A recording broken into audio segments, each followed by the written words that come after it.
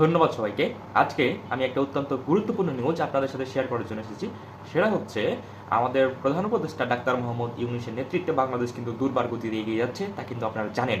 বর্তমানে বাংলাদেশ সরকার নতুন একটা সিদ্ধান্ত গ্রহণ করেছে, সেটা হচ্ছে আমাদের দেশে যে যতগুলো সরকারি হাসপাতাল রয়েছে সেই সরকারি হাসপাতালগুলোর সাথে একটি করে একটি করে সরকারি ফার্মেসি স্থাপন করার একটা সিদ্ধান্ত গৃহীত হয়েছে।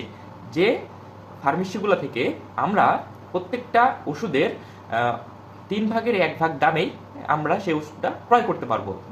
ধরা যাক টাকা একটা ওষুধের একটা পাতার দাম 300 টাকা, সেই ওষুধের এক পাতাটা আমরা 100 টাকায় ক্রয় করতে পারবো।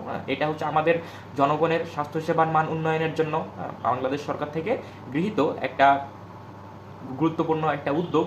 আমরা আমাদের চিকিৎসক সমাজ থেকে আমাদের চিকিৎসক সমাজ থেকে এবং জনগণের পক্ষ থেকে এটাকে সাধুবাদ জানাই। আমাদের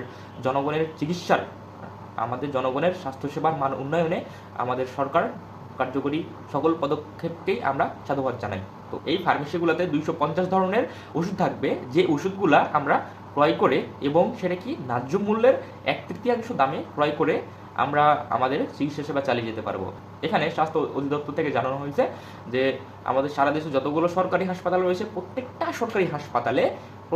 সরকারি হাসপাতালে একটা করে সরকারি ফার্মেসি স্থাপন করা হবে এবং এই ফার্মেসিগুলোতে প্রায় 250 ধরনের ওষুধ থাকবে, যেগুলা সাধারণ মানুষ ক্রয় করে তাদের চিকিৎসা কাজে ব্যবহার করতে পারবে। দেখা যায় যে সরকারি হাসপাতালগুলোতে অনেক রোগী আছে যারা হচ্ছে যে এই ওষুধগুলো ক্রয় করতে পারে না।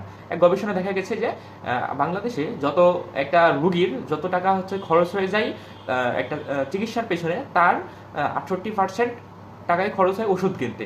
আমাদের দেশে ওষুধের এত ব্যয়বহুল হয়ে গেছে, এত দাম, যে 68% টাকায় খরচ হয়ে যাচ্ছে এই ওষুধ কেনার পেছনে। এই জন্য বাংলাদেশ সরকার থেকে একটা কার্যকরী ব্যবস্থা গ্রহণ করা হয়েছে, যেখানে একটা ওষুধের ন্যায্য মূল্যের 1/3 দামেই সেই ওষুধটা ক্রয় করে আমরা স্বাস্থ্যসেবা চালিয়ে যেতে পারবো।